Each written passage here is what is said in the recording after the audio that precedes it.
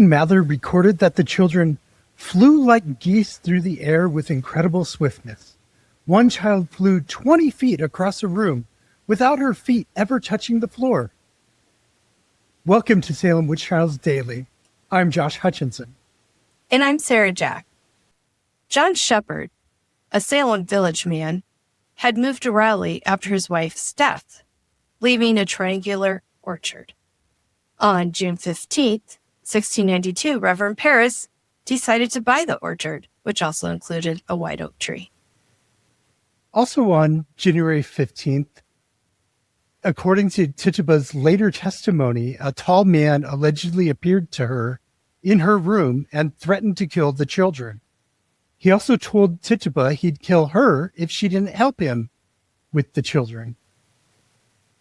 The Afflictions in Salem Village began in the middle of January, 1692. In Reverend Samuel Parris's home, his 9-year-old daughter Betty and 11-year-old niece Abigail Williams fell into violent, unexplained fits. Their behaviors eerily matched a Boston case from 1688 when 4 of John Goodwin's children claimed to be afflicted by alleged witch Goody Glover. Just 4 years before the Salem witch trials, the 4 children of Boston Mason John Goodwin had exhibited nearly identical symptoms over a dispute over missing linen with their Irish laundress, Goody Glover's daughter. Their symptoms were extreme and varied. Their tongues were drawn down their throats or pulled out to prodigious lengths.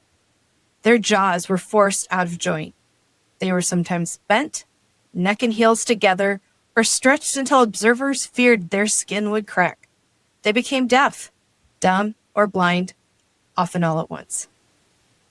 They shrieked that invisible knives were cutting them, and invisible cudgels were beating them. Though no one could see these weapons, red streaks and marks appeared on their bodies. One child even claimed to be roasted on an invisible spit.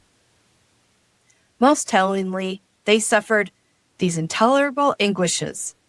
When ordered to rub a dirty table, their limbs would snap, and they would become incapable. But when ordered to rub a clean table, they could do that with no problem. Yet despite daytime torments, they ate and slept well each night. In Salem, Betty and Abigail displayed remarkably similar afflictions, the same contorted bodies and the same invisible torments. In his book, A Modest Inquiry into the Nature of Witchcraft, John Hale wrote, "These children were bitten and pinched by invisible agents. Their arms, necks, and backs turned this way and that way, and returned back again, so as it was impossible for them to do of themselves, and beyond the power of any epileptic fits or natural disease to affect. Sometimes they were taken dumb, their mouths stopped, their throats choked, their limbs racked, and tormented so as might move a heart of stone to sympathize with them, with bowels of compassion for them. I will not enlarge in the description of their cruel sufferings, because they were in all things afflicted as bad as John Goodwin's children at Boston in the year 1689. I thought you were describing the Goodwin afflictions. Basically, they were the same afflictions, is what John Hale's saying. Consciously or subconsciously, the afflicted people of Salem Village behaved in ways that conformed with expectations. Salem afflicted displayed symptoms that matched what their culture had already established as the correct way to be bewitched. The Goodwin case, published by Cotton Mather, essentially taught New England what being afflicted was supposed to look like, the specific physical contortions, and the timing of attacks, the resistance to prayer, the invisible torments. Cotton Mather had published his observations of the Goodwin case in Memorable Providences in 1689, and this book circulated throughout New England, providing a detailed script for exactly how a bewitched person was expected to behave. And even if not everyone had read the account themselves, but heard it through hearsay, Cotton's account was authoritative. The Goodwin children had shown New England what witchcraft looked like, and Salem followed the pattern precisely, a pattern that had already hanged a witch.